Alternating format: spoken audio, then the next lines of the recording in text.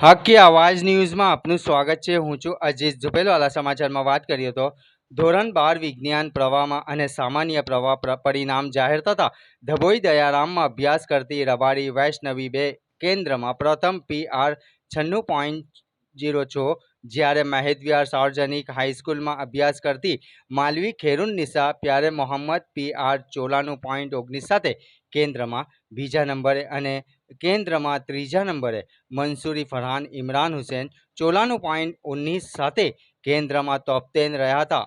Report Rafiq Mansuri.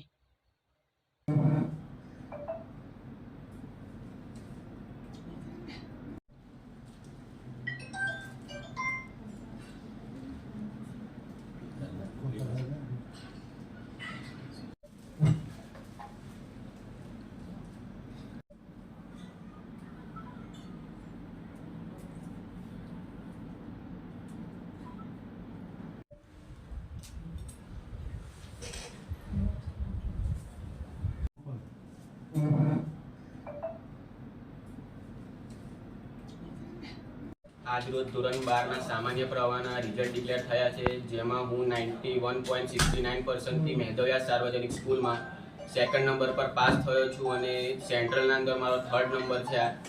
હું મારા શિક્ષકોનો આભાર માનું છું કે જેમણે મને આ માર્ગદર્શન આપ્યું અને તે મુજબ જ હું ચાલ્યો છું। હું ભવિષ્યમાં CA ફાઉન્ડેશન કરવાનું નક્કી કર્યું છે મારા શિક્ષક અને મા બાપના માર્ગદર્શન હેઠળ, તેથી મેં CA ફાઉન્ડેશન જોઈન કરી લીધું છે। શું નામ તમારું? મારું નામ મંસૂરી ફરહાન ઇમરાન હુસૈન છે અને હું કડિયાવારનો રહેવાસી છું। ક્યાં અભ્યાસ કરતા હતા? હું મેઘવ્યાસ સાર્વજનિક હાઈસ્કૂલમાં અભ્યાસ કરતો હતો।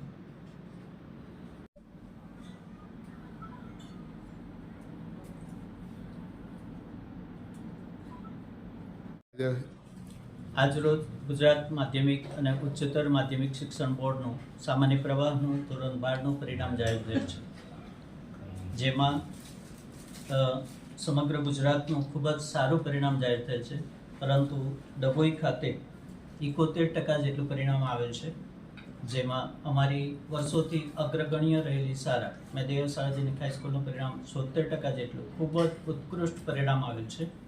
આ તબક્કે ડભોઈ કેન્દ્રમાં બીજા નંબરે આવનાર માલવી ખેરુન્નિસા કે જેઓ 94.19 PR સાથે કેન્દ્રમાં બીજા ક્રમે આવેલ છે, મંસૂરી ફરહાન 91 PR સાથે કેન્દ્રમાં ત્રીજા ક્રમે આવેલ છે અને સૈયદ અઝરીન બાનુ 88 PR સાથે શાળામાં ત્રીજા ક્રમે આવેલ છે।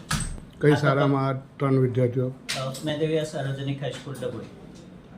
આ તબક્કે ઉત્તીર્ણ થનાર તમામ ઉત્કૃષ્ટ પરિણામ મેળવનાર વિદ્યાર્થીઓને, ઉત્તીર્ણ થનાર તમામ વિદ્યાર્થીઓને શાળા સંચાલક મંડળ, શિક્ષકો અને શાળા પરિવાર વતી ખૂબ ખૂબ અભિનંદન પાઠવું છું। સાથે સાથે આ વિદ્યાર્થીઓને તૈયાર કરનાર પૂરી ટીમ, મારા શિક્ષકોને પણ ખૂબ ખૂબ અભિનંદન પાઠવીએ છીએ। मैं मोहम्मद यासिन है।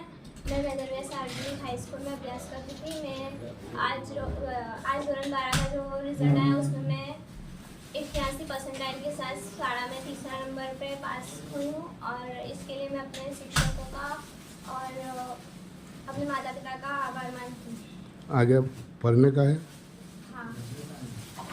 कौन सी जगह? वो मम्मी पापा के बाद कुछ केयर्स पर आया। कहाँ अभ्यास करती थी?